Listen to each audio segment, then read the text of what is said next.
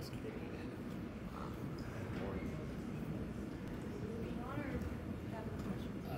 we don't actually. Okay, that's fine. Just asking. Thank you very much, Dr. Watkins. For the interest of time, I'm so sorry, but we won't take any questions. We have extended our sessions. We will break at 3:30 for the break with the exhibitors, and the breakout sessions will start at 4 o'clock instead of 3:30.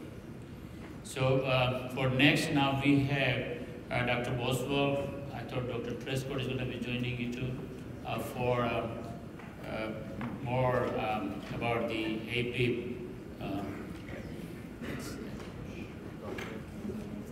Thank you very much. Can you hear me all right? Yeah, there I am. I'm going to take a few minutes to talk about the importance of certification, and specifically the American Board of Interventional Pain Physician Certification and Diplomate Status. I've been the executive director of ABIP now since, I think, 2005. The presentations this morning, if they have taught you nothing, they have at least taught you that pain medicine is not a static science, is not a static clinical endeavor, and neither is maintenance of certification and maintenance of competence. It's something you have to work at throughout your career. So why ABIP? ABIP was formed to create or to meet the standards of the new specialty of interventional pain management. Interventional pain management did not exist before 1999 or 2000. ABIP was formed in September 2005 with the ultimate goal of recognition by state medical licensure boards and ABMS. All of you who have taken ABMS boards and subspecialty boards in pain medicine never had a practical examination. You sat down and you took 150 or 200 questions, and that's all you did. You may have had 5 spinal cord stimulator implants, if you're lucky. The rest you learn on your own. So how do you demonstrate to yourself that you are actually competent in interventional pain medicine, or interventional pain management? Currently, there are 312 ABIP diplomats in 45 states. So ABIP offers certifications good for 10 years, only to physicians licensed in the United States. Now, there's a lot of information in these slides. If you're interested in ABIP, you can go to the slides and see some of the information here, as well as much more detailed documentation recording requirements. But their major goals are to maintain the highest standards of practice of interventional pain management. Yes, as we might see with Dr. Levy talking about spinal cord stimulators and how many should you do to be competent. But also how interventional pain management procedures interface with other modalities of treatment. So there are 2 types of ABIP certification. There's diplomate status, ABIP diplomate status, and competency certifications. And you can do both if you are a licensed physician in the United States. Competency certifications include interventional pain management, controlled substance management, coding compliance, and practice management, fluoroscopy, and now regenerative medicine, which is the new competency certification. There are 2 pathways to get the ABIP diplomate certification status. One is if you have ABMS certification with a subspecialty board status provided by the American Board of Medical Specialties, typically anesthesiology, and an active license. In addition, you must become certified in controlled substance management and coding and compliance, which are important business skills, but also then you have to take part 2 of ABIP, which is an oral and a practical examination. You have to demonstrate in front of peers that you are competent to do a procedure. If you do not have a primary subspecialty pain medicine board certification through anesthesiology, for example, but you do have a primary board certification, such as anesthesiology, internal medicine, neurology, or so forth, then you can also become ABIP board certified. Again, you need an active license in the United States, plus 6 years of interventional pain management practice of 50% time or better, and a total of 300 hours of continuing medical education with at least 50 hours of interventional pain management experience with cadavers programs approved by ABIP. And then you got to take a Part 1 theoretic examination and then a Part 2 practical examination. All right, what is the value of ABIP certification? Physicians with ABIP diplomat status have demonstrated competency in the practice and procedures used in interventional pain management. Just think about this for a minute. When you got out of your training, your fellowship training, how good or how competent did you feel, or confident did you feel in your skills right out of training? I think you develop your skills over the next 1 or 2 years, maybe 3 years, as you get more patient experience. That's the kind of experience that we want to identify and reward through certification. Being certified will also help you if you become the unhappy subject of a government investigation either by the OIG or the DEA. So currently ABIP board certification is recognized now in 7 states: Alabama, Florida, Georgia, Kentucky, Ohio, and Texas, either in terms of pain clinic supervision and or advertising pain specialty board diplomat status. So if you do not have a subspecialty ABMS board certification in pain medicine, then you really need to do ABIP. If you do have status with an ABMS subspecialty certification in pain medicine, you still need to do ABIP. If you have other questions or would like additional information, feel free to talk to me today or throughout the weekend, and then go to abip.org. Thank you very much.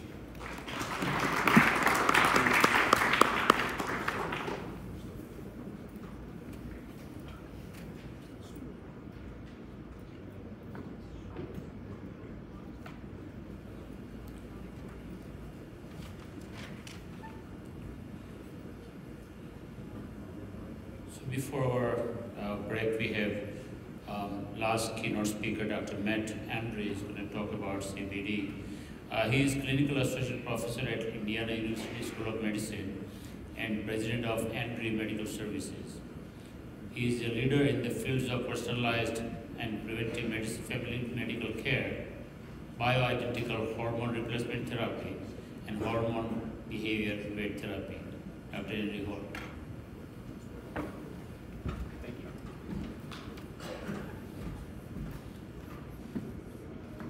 Well, welcome. I am a family doc, and if it has not been done for you yet, let me, on behalf of all primary care medicine physicians, say thank you so much. Pain docs, from our perspective and my perspective at the very least, you all have enormous challenges in this environment. You do just clinically finding the things that work well for patients, but also from a regulatory and legal standpoint. My practice would suck if it weren't for you guys, so I really, really appreciate everything you do, and I'm so grateful to get to share information, and I hope this is helpful. So, if I may, who here 5 years ago had never heard of cannabidiol or CBD? That's most of it. And all of us, of course, know it now.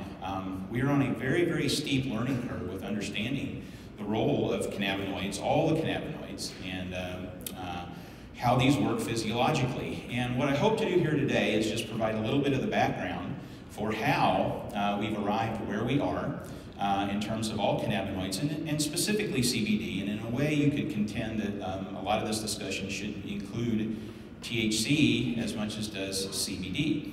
But I live in a state where THC is not allowed. We cannot treat patients in Indiana with that compound. And I would contend even in states where that is allowed, in places where that's allowed, there are significant challenges with using that from not only legal issues, but also employers. For those of us who work in practices where if you test positive to certain things, we can no longer treat you with opiates and so forth. So I think it's appropriate to keep those discussions separate, although we could spend a very long time talking about the physiology of each of those and how they can impact patients and the studies that are being done. But this is me. So I teach at Indiana University to first and second year medical students. Primarily I teach intro to clinical medicine. I also have a private practice where I focus a lot on primary care, wellness medicine, hormone replacement therapy, and weight management. It was great to see Dr. Westman here this morning. He's been a mentor of mine for a very, very long time.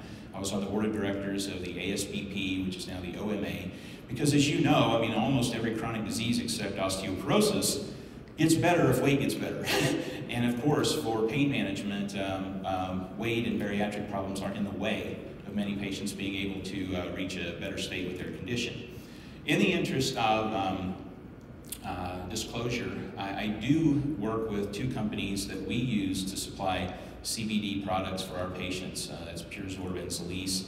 I'm going to limit discussions about any specific products. I think that's appropriate from up here, but if you have questions about those afterward, I'll give you some principles I think that one should absolutely look for in any products we recommend for patients, or if certainly if you're dispensing those. But even if you're not or can't, your patients are going to use these things, and being in the discussion, knowing the science behind them is going to increase your comfort level to have those discussions, and it's going to be able to counsel them on the kinds of products that are going to fit best in their condition. So we're going to talk a bit about the history and research of cannabis in medicine, the physiology of the endocannabinoid system, how that physiology can be dysfunctional, and the use of cannabidiol to modulate the endocannabinoid system. Now, a lot of what I do in our community gets called functional medicine. I'm still trying to figure out what the heck that term means. The best definition I've heard yet is it's anything that isn't dysfunctional medicine. But I would contend that those of us who simply continue to learn, continue to think, continue to question what are the best treatments for our patients, and stay in that liminal space where we're not certain. It's okay to be uncertain. It's okay to take that uncertainty and basically use it as firewood to help forge you, and fire your next nuggets and pearls that you'll be able to share with patients. So, hemp itself and cannabis is one of the oldest known cultivated plants. There are those who believe that the reason that we ever got into groups larger than families was really around plants like hemp. Why? Because you could use it for so many things. You could take the fibers and make clothing from it, make structure from it. You could use the food yourself. It's a great, excellent source of protein and multiple omega fatty acids. It's also very good fodder for animals. You could take the oil from it and light lamps, as well as use it to help support your own health. And we have data, or at least written record, of people using extracts from the cannabis plant for over 6,000 years. So this is a very, very much been something that has been part of the human armamentarium to help our health. But for interesting reasons, we've not had access to it for a while here in this country. You may know this, you may not. Before the Marijuana Tax Act was enacted in 1937, for 50 straight years, cannabis extracts were the third leading pharmaceuticals sold in the United States. Eli Lilly, Park Davis, many of the big companies had some cannabis extracts. In fact, Lilly, which I'm from Indiana and just south of Indianapolis, they're kind of homegrown. They made their own, grew their own plant. Now back then, they didn't have any idea about cannabinoids and the differences, but they did know that the indica varieties did a better job on a lot of conditions than the sativa varieties. And we now think that that has to do with the balance between the different types of cannabinoids, particularly CBD and THC. So interestingly, when the bill came up before Congress, there was only one person that went to Congress and spoke against the Marijuana Tax Act, and he was a physician. It was Dr. W.C. Woodward. He was also the legal head of the AMA at the time. And what he said was very interesting. He said, when you mentioned the word marijuana, we didn't know you meant cannabis. And again, there are many theories about that, but the belief is that some entities who did not like, particularly marijuana being out there, for whether it was sociologic or, a lot of those reasons were made up and frankly racial. But then also industries like DuPont and his burgeoning chemical industry, and Mr. Hearst, who owned like all the trees in the United States and Mexico, frankly, they didn't like hemp. And even back then, people knew there was no problem with hemp or hemp extracts. You couldn't get high from it. But their only argument was, we can't tell the difference, so we have to get rid of all of them. So in 2014, the Farm Bill, which has to be passed by Congress every 4 or 5 years, included language that allowed states to be able to initiate pilot programs to grow and then develop industries and markets for the products that come from hemp. This was furthered in 2018 with President Trump signing a bill that basically made it, you don't have to have pilot programs anymore to do that. If states so choose to enter the hemp space and have their farmers grow it and have companies that will make products and have individuals that want to take those products, they are able to use them. Now, that law gives states the discretion to determine whether they want to follow that law or make some of their own. Currently, about 40 states have some language around CBD that is, ranges all over the place. And there are a few states that still consider CBD a kind of in their own language a controlled substance, even though you, again, can't get high from it, or there's no tolerance, there's no known withdrawal symptoms, and so forth.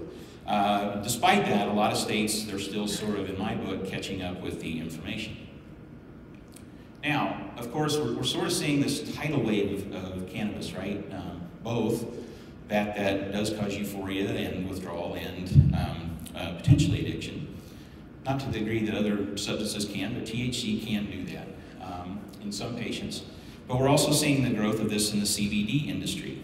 And it's now projected to be a $22 billion industry. This is CBD and hemp by the year 2022.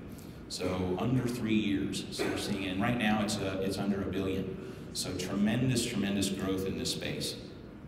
Despite this public awakening to this, there is very little in our medical schools to help new clinicians come out to understand it. Fewer than 10%, just right at about 10% of medical schools have any language in any of their curriculum that addresses cannabinoid science. And this is despite 20,000 articles in the basic scientific literature and 3,000 articles in the medical literature. So a bit of a disconnect. But we are all on a very steep learning curve of understanding how these work. So we'll talk about all of the phytocannabinoids here for a moment. And currently there have been identified over 120 that come from the cannabis plant. And if you look here, Delta-9 THC up there in the upper right is the classic thing we talk about for THC, and certainly it does have some medical uses. It is very good at reducing nausea and vomiting. If you have patients with cancer or, say, HIV disease and wasting syndromes, it can really help up their appetite. It is very good at muscle spasms and certain types of pain. However, in terms of the data that we have, a whole lot of the things that we know can impact health occur within that CBD cannabinoid. That's the one we really know the most about. And Delta-9 THC and CBD are the two dominant cannabinoids that exist in the cannabis plant, be it hemp or be it marijuana. Now, those plants can look different. The definition, what distinguishes something from being marijuana or hemp from a federal legal definition standpoint is simply the amount of THC that is in that. If you have a plant that by dry weight at the time of harvest is 0.3% or less THC, it is considered hemp. If it is above that, then federally it is considered marijuana. So there's a lot of anxiety that comes around some of the farmers at the time of harvest, because if the weather was different that year, it got a little hot, those things can impact the percentage of THC that is grown. And one of the challenges with this rash of products that we have that have come up, there are now over 1,700 so-called CBD products available in the United States.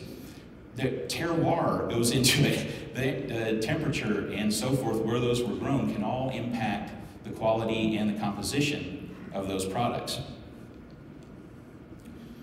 This gentleman is who discovered THC in 1964, and then he also discovered the first endocannabinoid hormone called anandamide, or arachidonyl-ethanolamine, AEA, in 1992, roughly 91 or 92, depends how you want to define it. But he has over 350 papers, and he's still working well up into his upper 80s in Israel.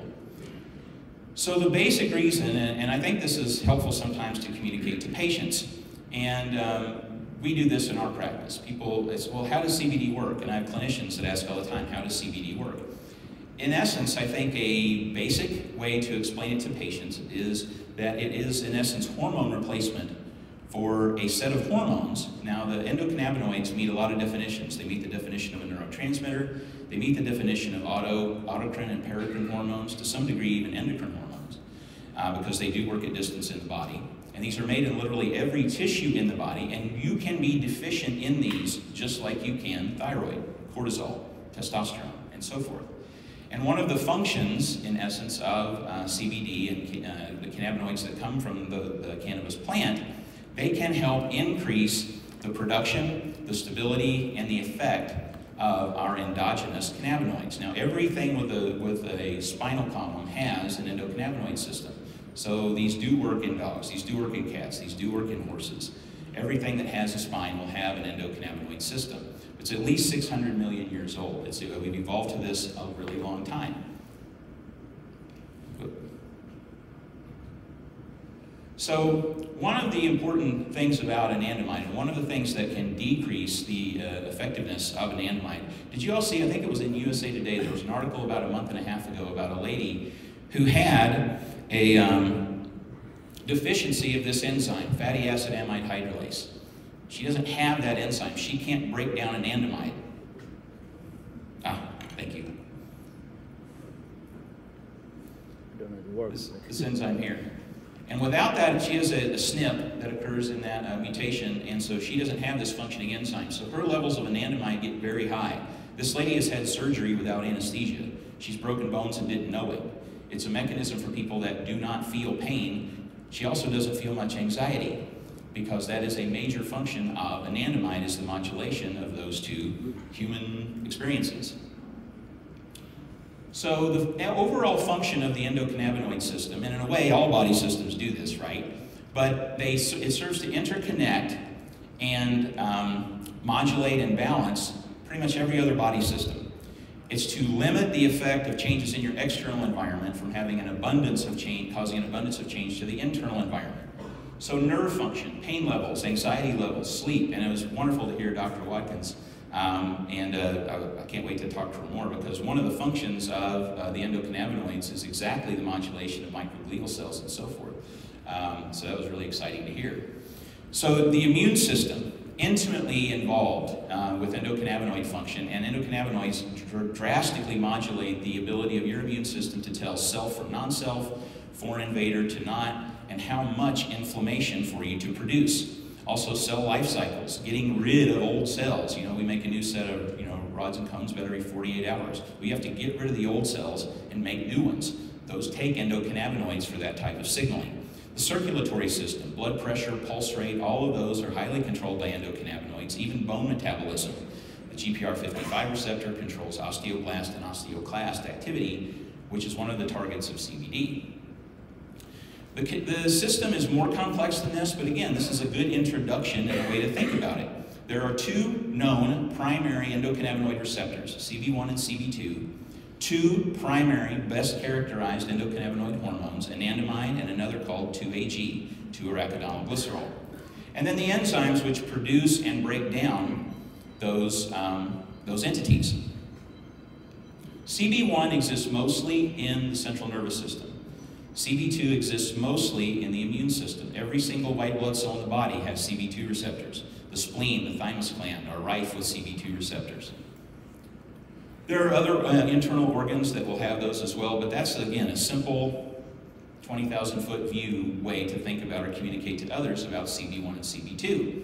But we also have to consider other receptor systems as involved in the endocannabinoid system, such as GPR55. But then also TRPV1 channels, serotonin receptors, adenosine receptors, GABA, dopamine, adrenergic receptors. All of them, in essence, are part of this endocannabinoid system because their activity, their downstream modulation especially, very, very much controlled and influenced by endocannabinoid tone. So we'll talk about these a little more. Anandamide, again, discovered in 1992. And again, think about that if you think about it as a hormone compared to, say, testosterone or thyroid, which we've literally known about for about 400 years. compared to something we've known about less than 30 years. So we're on a very, very steep learning curve with understanding its physiology.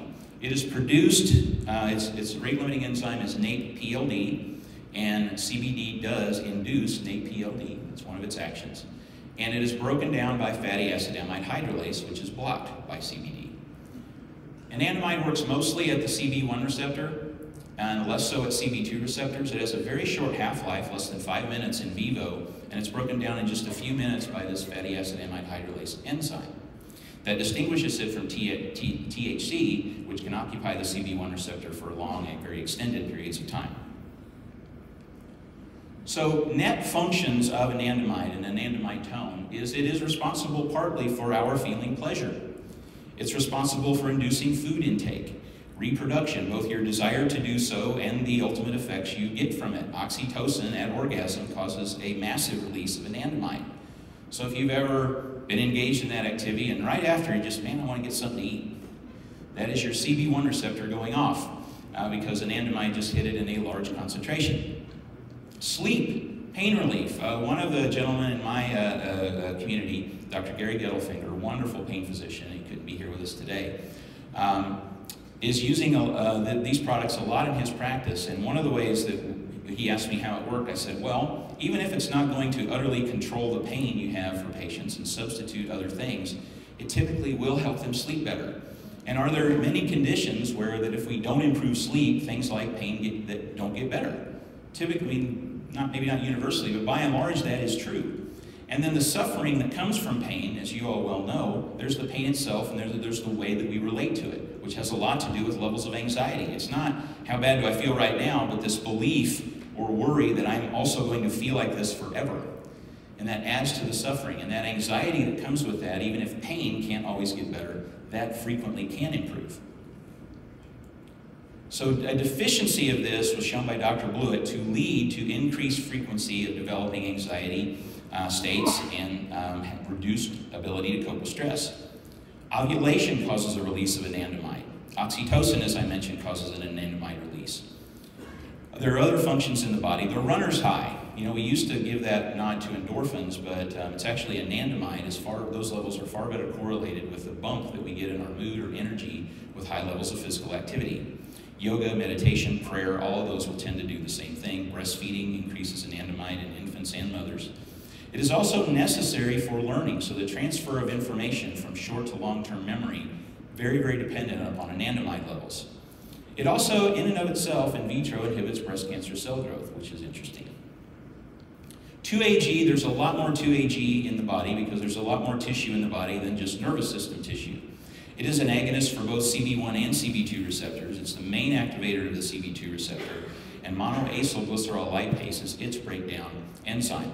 CBD will block monoacylglycerol lipase as well, although not to near the degree that it does fatty acid amide hydrolase. So there's debate if that's one of the reasons we see CBD helping with levels of inflammation. Is it having a direct effect on CB2? Is it potentiating 2-AG or keeping 2-AG levels around longer? And that's being worked on but not known. The functions of 2-arachidonoglycerol are to, again, regulate the immune system, suppress levels of inflammation, particularly elevated, really up levels of inflammation. It's neuroprotective, helps regulate energy balance in terms of especially metabolic rates, and it also is very involved in osteoblast proliferation. Suppresses seizure activity, regulates vascular smooth muscle tone. A very interesting study showed that many people who have heart disease have blocked 2-AG function. And this contributes, the belief is, to higher levels of inflammation and may be part of their development of cardiovascular disease.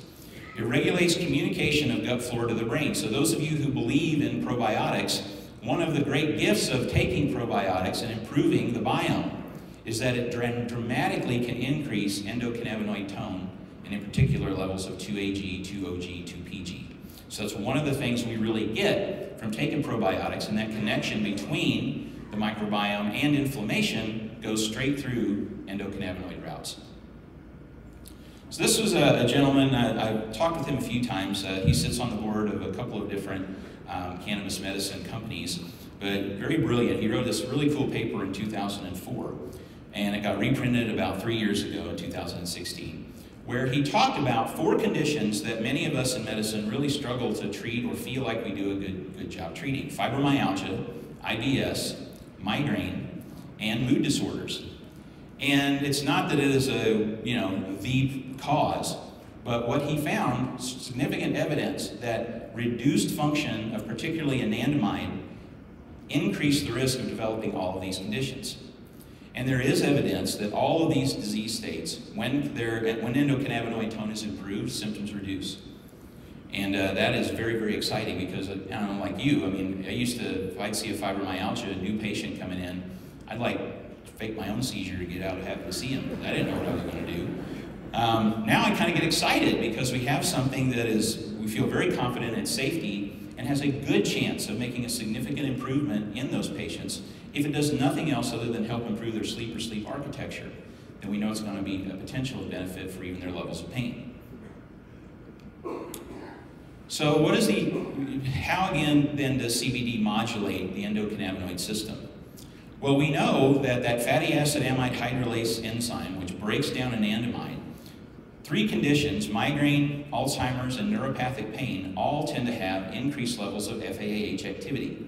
And that may be the reason, and that's why every drug company I know of is actively looking for FAAH inhibitors. The reason they're not going at this is already a natural substance, so it's really hard to patent and put your name on and get all the money for it. So they're looking for analogs that they can claim they came up with and turn into a drug. The problem is nature is smarter than us, so when you use botanical compounds that are the ones we actually evolved to since the dawn of time, there's a lot of synergy from the other cannabinoids as well as other compounds within the plants that tend to help it work better. We evolved to hemp and those kind of plants in our environment, not to specific molecular blockers of these. So again, CBD blocks this fatty acid amide hydrolase enzyme, raising anandamide tone, and that is partially the reason we see it improve things like sleep, anxiety, and pain levels in a large number of patients. Just like any other kind of hormone system, it can be underactive or overactive. And an overactive endocannabinoid system tends to look like, well, America. Metabolic syndrome, obesity, type 2 diabetes. We just call it diabesity in my clinic. Seems strange to call them separate when there's a 95% overlap in the conditions. Kind of crazy. Celiac disease, other inflammatory conditions can have an elevated endocannabinoid tone. So it's about balance. So one of the other functions of CBD is that it not only raises the anandamide level, it also puts a cap on how active that CB1 receptor can be. It has negative allosteric modulation in CB1 receptors, and this drastically distinguishes it from THC, which does not do that. With THC, that's why people can get dysphoria with it, can get them, severe munchies, can get really anxious and paranoid, because it takes CB1 and boom, shoots its activity through the roof. The reason CBD doesn't do that is it turns down the downstream effects of CB1 activation while at the same time raising the tone of its primary activators. So that tends to bring your function to a real mid-level. That fits the definition of basically what we call adaptogens. Whether your function is a little low or high, you can re-normalize with a substance, which is kind of exciting, and also a reason that we see such low toxicity with it.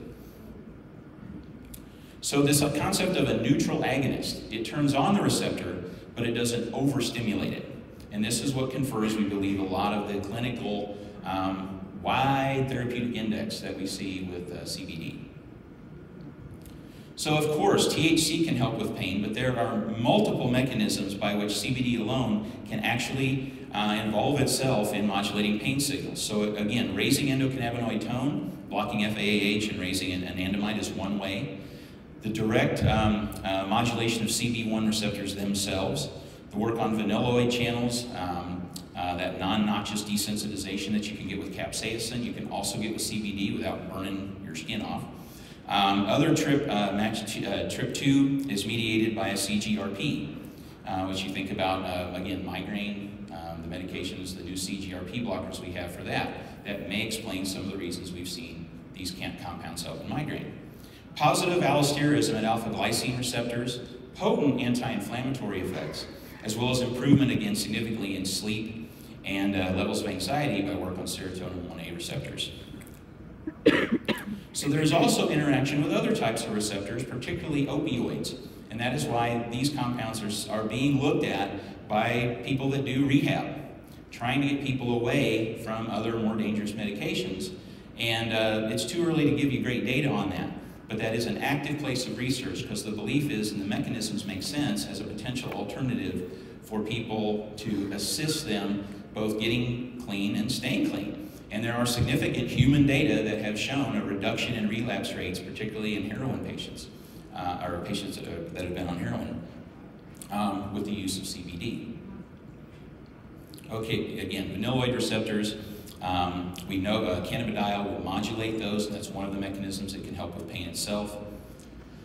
These are just a few of the health studies known that have been done on CBD. And again, the first time I heard about it, I thought, oh, I've heard of this stuff. It had another name when I was in school, called it snake oil. But now, since I understood it a little more as a hormone replacement in essence, and it's a broad generalization, but close to it, think about thyroid. It's not that Armour thyroid or levothyroxine is a magic cure for edema in your legs and hair loss and too much weight and fatigue and dry skin and constipation. No, it's that those conditions exist because of a fundamental lack of something that should be there. And that explains partially why we see this broad range of activity in CBD. So again, direct effects on sleep. This is a human trial done that showed an improvement on sleep over placebo. We're running short on time, so I'll go through these. If you contact me after, I'll be here and I'll happily send you the bibliography so you can go through these yourself, because I know you all get questions about this, and it's nice to have some basis in the literature, but where do you start? And I don't have a comprehensive list, but I have a good place for you to get into that literature. Some of the anxiolytic effect of CBD is thought to be related to its ability to help produce new neurons, especially in the hippocampus. Inflammatory bowel disease. There is no study yet that has shown that CBD can cause remission in patients with Crohn's disease and ulcerative colitis. But every study done on it has shown improvement in symptom scores and quality of life scores in those same patients, which is, I would contend, no less important. It does reduce TNF-alpha and capsase-3 and reduces lipopolysaccharide levels, improves tight junction activity. Very interesting study done at Hebrew University. They took two populations of rats and they induced myocardial infarctions in those animals. Half of the animals they had on a dose of CBD and half they did not. The animals with CBD in their system had 2/3 less dead heart muscle after that MI than the animals that did not. Speaking to very much this dramatic ability to modulate the inflammatory process and improve remodeling. So again, it's not so much what happens in life, it's how you respond to it. Okay, what about safety? Doses, the product that we give our patients has about 5 milligrams of highly absorbed CBD in it. Doses up to 1,500 milligrams, both short and long term, are known to be safe and non-toxic in humans. This led to the World Health Organization saying we see no chronic public health concern at all with CBD as opposed to other cannabinoids. And in January of 2018, the World Anti-Doping Agency took CBD off of their list of banned substances for athletes for the very same reasons. These are 50 different studies of CBD safety showing, again, both pretty much the same thing. CBD will drop blood pressure just a little bit in some patients. That's what that points out. So if you have patients on multiple antihypertensives and they're looking to take this and are asking you the question, tell them to be cautious about that. You can get a mild decrease in blood pressure with CBD. Terpenes, which come, CBD can either be an isolate product or it can come in the form of a broad-spectrum hemp oil. Those broad-spectrum hemp oils will include other things, including terpenes. Terpenes are what give all plants their aromatic smells. Linalool is what makes lavender smell like it does. Alpha-limonene is what makes all citrus fruits smell like they do. And they're only about 2 enzymes away from cannabinoids. They're kind of cousins. And they have a lot of synergy at the CB1 and CB2 receptors. So I want to talk just for a minute, because I know that you've got patients already taking these things and trying to counsel them, and what do you say? Well, I'm not claiming that I have the ultimate answer, but I do think there are 4 things you must consider if you're going to have patients who are taking these, and especially if you're going to recommend this for them. Number 1, the sourcing is vital. Hemp is a brilliantly efficient plant at pulling things out of the soil. So in my book, it really should be organic. If you grow in Asia, they use hemp for bioremediation, to clean up contaminated soil banks and nuclear reactor accidents and so forth. And they are happy to mash up their hemp and send it to the United States for some company to slap CBD on the label and make money on it. But pesticides, herbicides, those things can accumulate, especially toxic heavy metals in hemp. So if it's not organic, I don't use it. Now, companies will say, well, ours doesn't use herbicides or pesticides. Well, of course they don't, because there are none approved in the United States to grow on hemp. That doesn't mean it's organic. It should be, in my mind, full spectrum, meaning not just a CBD isolate. When you go into hopefully you're not going into smoke shops, but you have to go into gas stations at least sometimes. And you see the 1,500 milligrams of CBD for 30 bucks. That is not a full spectrum hemp oil. Full spectrum organic hemp oil costs about 30 grand a kilogram. That is a CBD isolate if it's even that. There are other problems with other products that are out there. Absorption is an issue. The ones that we have chosen to use are enhanced in their absorption because most oils, especially hemp oil, absorbs poorly, 3 to 6%. And some of this stuff's really expensive. I don't see the point in giving somebody something that costs a lot of money if you're going to waste 95% of it by not absorbing through the gut wall. So we use forms that are not water soluble but water miscible. All the cannabinoids and the terpenes are fatty acids, so they have polar and nonpolar parts of the molecule. You can get them to line up in micelles and liposomes in such a way that you can package them and deliver that they'll absorb very well sublingually. And so some products can have 80+% absorption, and this means that you can use a higher quality oil, less of a dose, and that makes it more cost effective for patients. And then you also, of course, have to consider THC content. A recent study I read said that of all the CBD products on the shelf, 21 to 22% actually have higher than the legal limit federally of THC. Most of the companies out there kind of think, well, I want as much THC as I can get away with, which doesn't make a ton of sense because CBD and THC counter each other, so if it's mostly CBD, you're not going to get much THC effect anyway. All you're really going to do is pop a drug screen, which is a problem for our patients. So you also need to consider what is the THC amount, and we have preferred to use ones that have less than 0.0%. Now, that doesn't mean no parts per million, but we use ones that have a certificate of analysis that says it is less than 0.0%, and I feel more confident with my patients taking that. I have, knock on some wood somewhere, have not had a patient test positive in many hundreds, but it is not impossible, and you all know the pitfalls of UDS testing anyway. But those things should all be considered. So that's my talk. I'm done.